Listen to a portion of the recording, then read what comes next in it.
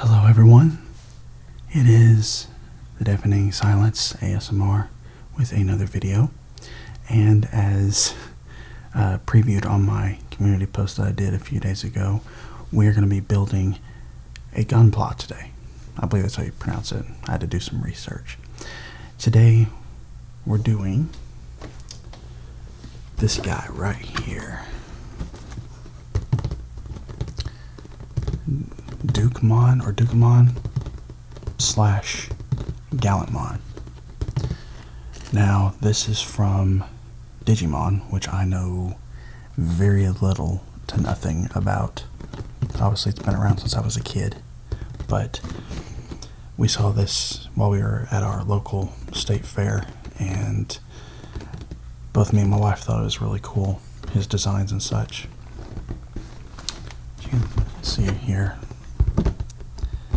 And I've built a Gundam before, but never anything on this scale. I've only ever built one, and it was pretty small. So, seeing this guy and how cool he looked, I thought we would give it a shot. And it says here, this Digimon was featured in the Digimon Tamers TV anime series. It is a Mega Digimon created through Matrix evolution when Tamer Taketo Matsuda merged with his partner Digimon Gallantmon. Despite having a digital hazard symbol, a symbol that indicates that Digimon may be a threat to the world, it is one of the royal knights that protects the world. The holy knight with an ambivalent human heart has been amplified. Sounds pretty cool. Like I said, I haven't watched it or know very little about Digimon, but I'll probably get more into it eventually. So, without further ado, let's get into this. And I would ask that if you enjoy the content that's on the channel or you enjoy this video, I'd appreciate a like and a subscribe, as I am trying to build the channel up and really get things rolling. So, without further ado, let's get this guy built. So here's the cover again with the box art, just to remind you what we're building. And as we take the box off, you will see we got all these different brackets, the different pieces and sections and stuff that we have to build. These are very loud and will take a long time, so let's just do this. And have everything separated. I did have to cut out a little bit here. These three pieces I'm going to show you, including this head, fiddle focus, it took over an hour to build. So I just went ahead and did this. The stickers were so hard because they are so stinking small. Here's the chest plate and the back of it where the cape will go. And then we have one arm, which I would have skipped anyway because we're going to build the other arm on screen, and it's the literal exact same, except these different arms will be where the lance and shield go. And as you'll see, we're going to be building the arm as I'm pointing out on the paper. This is post-commentary. It just was too hard to try and focus on building this thing in front of the camera, finding all the parts and everything. This video here is 40 minutes long, but the actual building of the figure took, I think, close to 3 hours for me, with interruptions and everything, and over the course of a couple of days. So as you can see here, we are building the shoulder piece that will connect to his pauldron and the rest of his arm. Some information about Gallantmon. Actually, Gallantmon is his English name. Over in Japan, his name is actually Dukemon. And Gallantmon is, for people who don't know, because I certainly don't, I did not watch the anime of Digimon ever growing up, and I think this is way further along in the series, but Gallantmon is an exalted exalted knight Digimon, a royal knight. And it's apparently a contradiction calling it that because it is called a guardian deity of the net, despite being a virus attribute. This guy pilots a flying dragon named Grani. I think that's the name, because it would be Granny, I guess, otherwise. I don't think we're calling it that. But it's a dragon knight that races across the skies, and Gallantmon's armor is pretty much pure chrome digizoid, whatever that is. The right hand can become the Holy Lance Gram, or Grom, which we're building here. And its left hand can become the Holy Shield Aegis, or Aegis. I think it's Aegis. And Gallantmon has a number of different named attacks he can do, such as Lightning Joust, Shield of the Just, Spiral Saber, Gallant Charge, Lightning Charge, Gravity Lance, just to name a few. Gallantmon is number 300 and let me see here, 300 and something, 323. And Gallantmon digivolves from War Growlmon, who in turn evolves from where did I see this? Gilmon, which Gilmon looks very similar to Agumon, one of the OGs that the main character from the beginning used. And Gallantmon can also DNA digivolve to Gallantmon Crimson mode with Seraphimon, or to Shine Greymon Burst mode with said Shine Greymon. So many Mons, good lord. Dukemon is number 221, it says here. I guess that's this is from Digimon Story Lost Evolution. I was using the Wiki for some information here from Digimon, just so I can educate people and know what I'm talking about. But yeah, Gunpla, which I believe is how it's pronounced. Like I said, I looked on Google, and that was the closest answer I could get. But Gunpla has been around for over 40 years now. The very first ones were over in Japan, of course, in 1980, and the first one had only came out a year after the first Gundam show. And according to Forbes, there was over 1 million units sold of that first Gundam, I believe within a year, or at least a very short time. And so, yeah, of course, these things are a little bit more complex and take more precision to put together than Legos. And I know some people get extreme with these things and also paint them, which, if you noticed on the cover of the box compared to, here, what we're building, they did paint it to give it some added effects, which I would be intrigued to try and do myself, but on such a small figure, and me not having any really painting expertise, although I've done a lot of drawing and digital art, as you might have seen on my artwork video I did on here. Painting one of these things would be very much a challenge. So, anyway, we're just working on the figure steadily. Like I said, this took quite a long time. And speaking of building these things, I said they're a little bit more complex and whatnot than compared to a Lego set. I've built Legos quite a bit growing up, and I have a couple of things I'd like to build on the channel that I already own. I have a Lego Millennium Falcon from back in the early 2000s, as well as Luke's X-Wing. But I don't know if I can make all the space work to put it together. And with the Millennium Falcon being over 900 pieces, yeah. Who knows? So we are working on the rest of I think it's the left arm here. Just putting the fist together, and then we'll be able to attach it.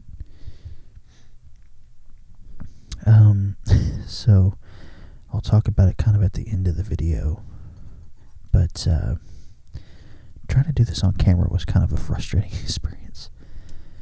It is relaxing to do, like, off camera, like the first one I did of, I think it's the main Gundam. He was only about 4 feet tall and there wasn't as many pieces, but, you know, it was kind of relaxing. And yeah, as you'll see there, I'm just comparing and showing that they're identical on the arms. Like I said, pretty much exactly the same, except for the weaponry that's going to go on them. But, yeah, this was kind of frustrating to do in front of the camera. And now we're looking at the papers again. And now we're going to be moving on to the legs and feet, which were not as frustrating as the upper arms, or upper body and arms, I should say. And as you'll see here, I'm just picking apart these pieces from the brackets with my hands.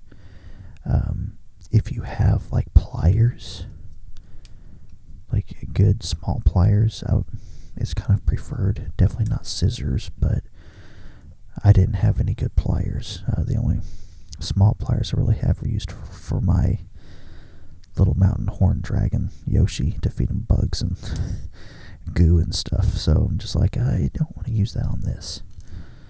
But if you're using your hands, it's fine. You just need to really give them a good twist to loosen up the connections before you try and pull it, so you don't accidentally rip off any important pieces. And I will say, you know, if you're buying these ever and you want to buy them online, just be very, very careful that you don't buy one that's in all Japanese. Otherwise, you know, unless you do speak Japanese, you're going to have a rough time. But the booklet can be kind of challenging to follow. It's not as, they have pictures for everything, but it's still kind of tricky to look at and figure out what you're doing as opposed to Legos. But it's kind of to be expected. This is recommended for 15 and older, whereas Legos are like 7 or 8. But yeah, just make sure you get some that have English on them, and just pay very close attention to the manual, and you should be fine. But yeah, I mentioned the Legos. I would like to build one of those on screen eventually, just for nostalgia, because I grew up with it, but it's so expensive to get them. I mean, this was expensive too. I think I mentioned at the end of the video, but I got it for $50. And on Amazon right now, it's going for like $50, $60. I mean, anything that's a hobby nowadays is expensive, whether it's figures, comics, you know, Legos, models, whatever. Speaking of models, if you have done like model cars or planes, tanks, that sort of thing, this is kind of different. Doing the figures. I think model cars or whatnot, depending on which ones you get, they can be a little bit more intense, and you need more, you know, more machinery to work with it and stuff. But I think the bigger challenge is that you have to paint it. I have a stepdad that builds like model NASCAR race cars and stuff, and he does the painting too. And I just, oh man, so you have to be so precise. So here we have the upper legs. I believe it's the upper legs. I skipped a little bit of the process there to save time, but we're building on the other one here, and we'll be connecting these. These are right here, the like metal casings on the outside, and they were a little bit easier. You'll notice I have the completed arms and chest and head up there. I could have went ahead and attached them, but I held off and just tried to follow the manual you know, to a T to make sure I didn't miss like any additional parts that were needed to connect them. And there we have the completed legs, or at least the base of them.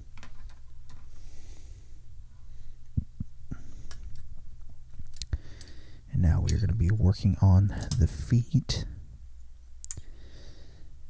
And the feet and the like little armor piecing that went around the feet and ankles. It was a little bit tricky at first because I was trying to figure out which direction all that stuff went, but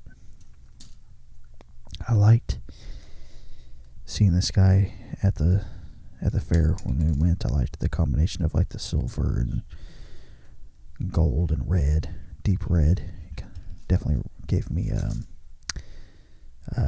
flashbacks to Iron Man, like an Iron Man type suit. It was kind of like if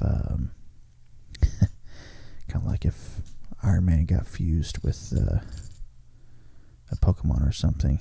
And then, actually, if you go look at Iron Man's suit, the one from like the Ultimate Universe, like really bears resemblance to this. And then I should have mentioned, I was talking about how Gallantmon comes from Wargrowlmon and then Gilmon. Wargrowlmon, if you see him, he looks like a combination of Caesar and Scyther from Pokemon, but just beefed up to max.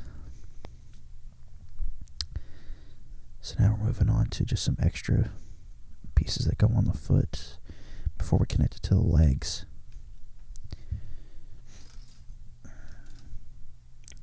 Speaking of Pokemon, I've been tempted to try to get back into doing some ASMR gameplay on here, because I've been working on some Pokemon stuff for my gaming channel, which, if you didn't know about that, I've been kind of talking about it, but it's in the description, a link to it. I've been posting a lot of Red Dead content on there that you can check out.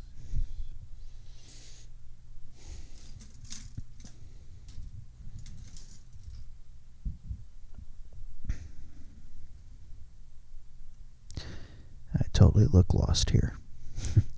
As I did mention, this is post-commentary. I was trying to figure out what pieces I needed.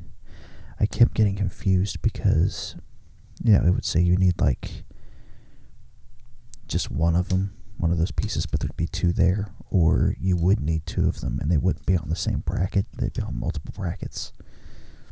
They did make it kind of easy to follow along, though. I'm just kind of a noob at it. But they kind of made it simple in that if you were building on like a certain part of the body, most of your parts would come from like the same 2 or 3 brackets, and you wouldn't have to be searching across all 7 or 8 that were here to try and find your pieces that you needed. Even though a lot of these pieces are small, as we're finishing up the foot here, again, nice combination of silver, gold, and red. Even though a lot of these parts are small, this figure does come out to be, I think, around 6.5 inches tall. 6.5 inches. He would fit right in line with like other 6-inch figure models, or just action figures you might have if you're putting them up on a display. However, if you're going to be giving him his lance and his shield, they are very heavy for him, and he's a very kind of fragile and kind of loose figure, so you definitely need an action figure stand. And they do come with a stand for the shield, but I kind of liked him to be on his own stand so he could do like a fighting pose or something. And pretty much the only place that I could safely do that without the body just warping and potentially pieces falling off is his stomach, but it's so thin on the body, so.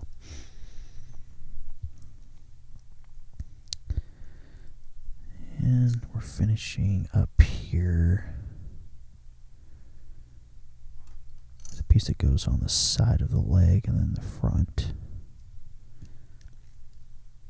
once we get these legs finished, it'll be just assembling the body together, and that'll be actually the completed figure itself. What'll just be left is the weaponry and his cape, and then his giant headdress that goes on the back of his helmet, whatever that's called. But yeah, we have some more shiny pieces there on the legs.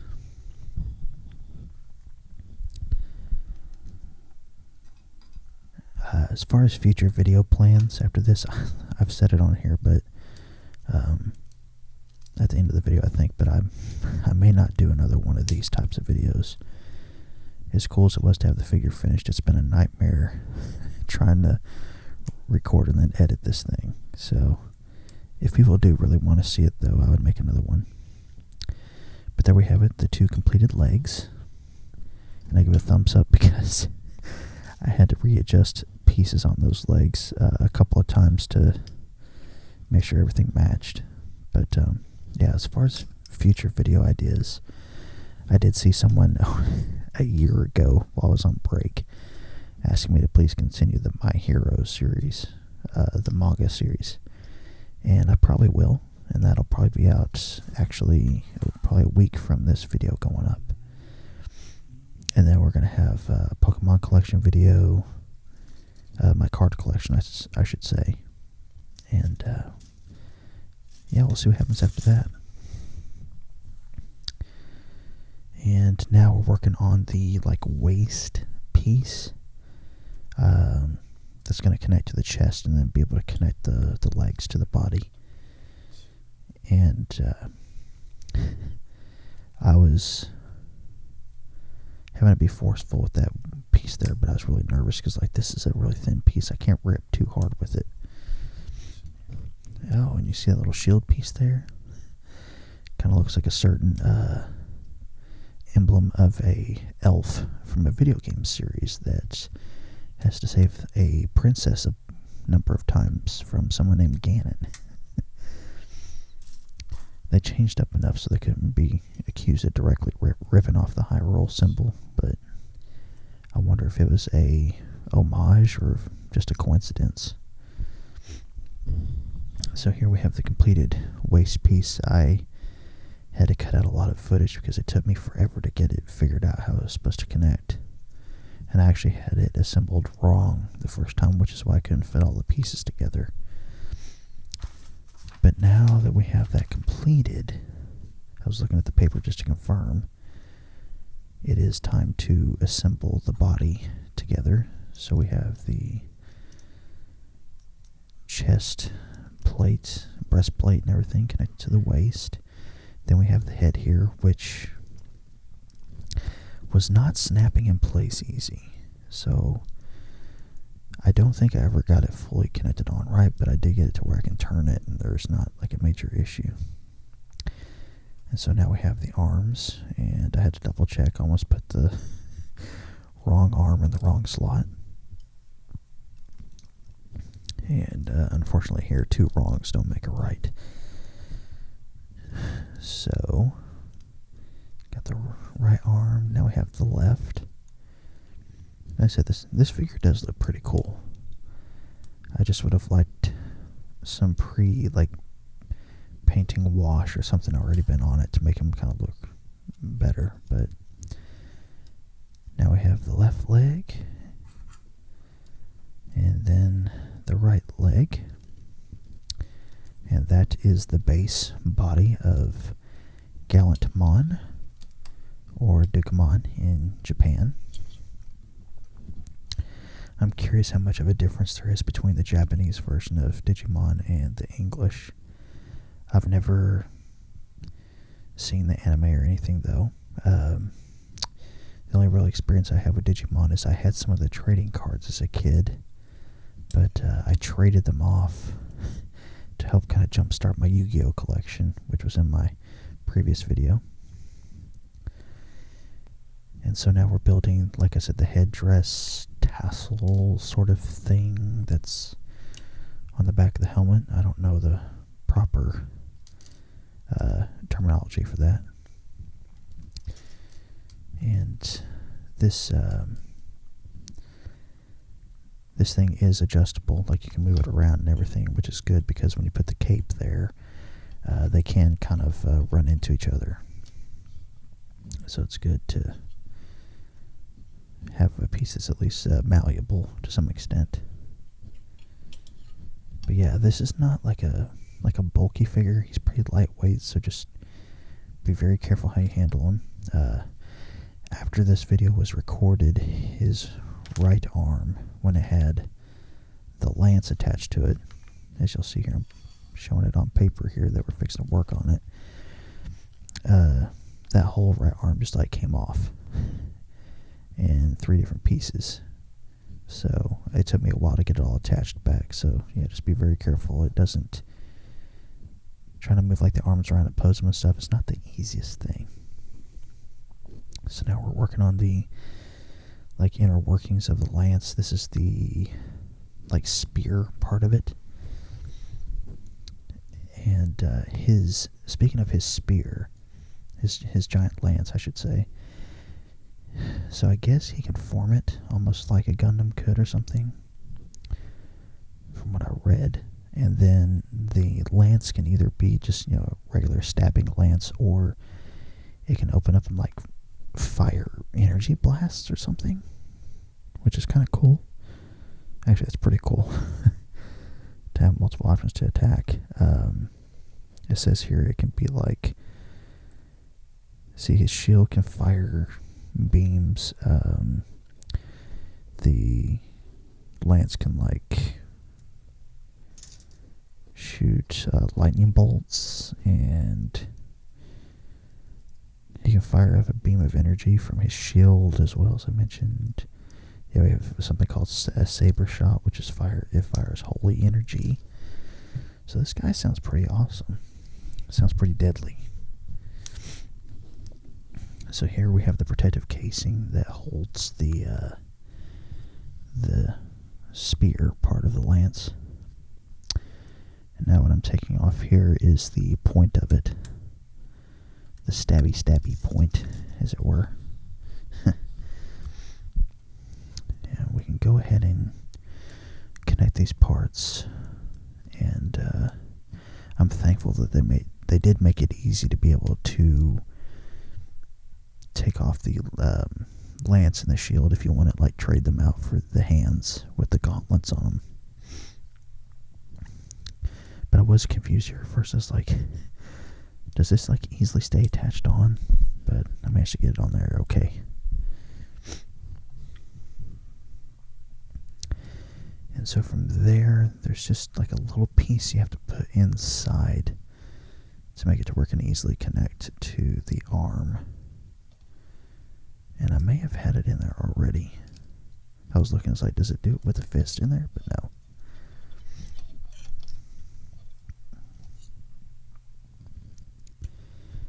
Come on, Jason, you can get it figured out.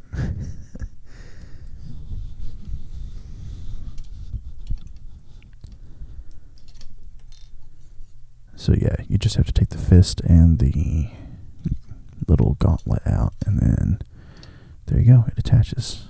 And it looks pretty cool right there.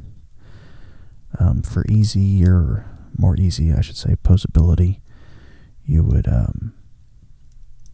probably not want to have the shield, but the shield's the coolest looking part of the figure, in my opinion. So, like I said, just kind of just finagle it a little bit if you're going to have one of these things, and you'll be able to get it to pose okay. So now we have the shield, as I said, which is the coolest part. It took me forever to get this part built, though, because I didn't realize what I was building. And what I mean by that is this shield has like a little functionality it can do where there's a mechanism on the back that makes like beams of energy that can come from out behind it to make it look cool, like he's firing a blast from it, or like he's just using the shield in action. But I didn't realize that was what I was building, so the mechanics weren't making sense to me. Like, why am I building it like this? Why were some of the pieces here? But yeah, so we're getting outside of it built here. Like I said, it's the coolest looking part. There's some cool lettering up on the high sides of the shield. There we have the silver part built. There we have our fake high roll logo. And yeah, it just took me a hot minute to figure out where it was supposed to snap in. And it still wasn't wanting to do it. Okay, there we go.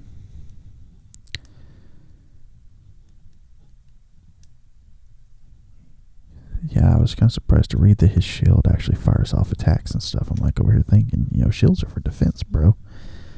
But no, you make your shield your best weapon. So here we have those red pieces that I was talking about. Yeah, those what I'm taking off right there is his energy blasts or something that come out from the shield whenever he's attacking. And let's see more about Gallantmon. Its body is encased all over in white armor, although this looks more silver, with red parts on its pauldrons,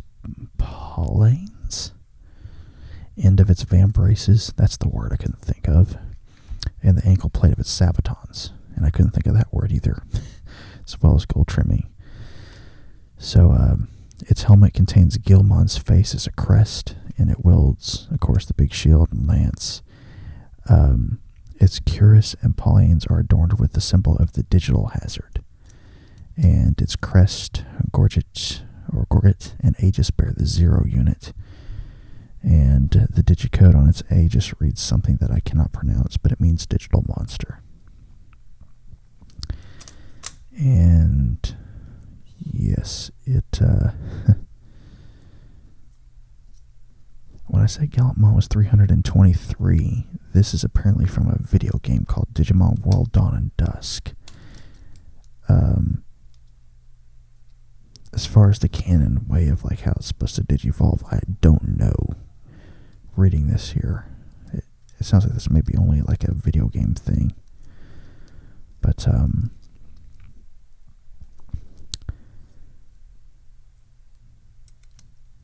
yeah, we have Gilmon, Growlmon, more Growlmon, then Gallantmon. So many Mons. And Growlmon's, of course, a dark dragon Digimon, and it's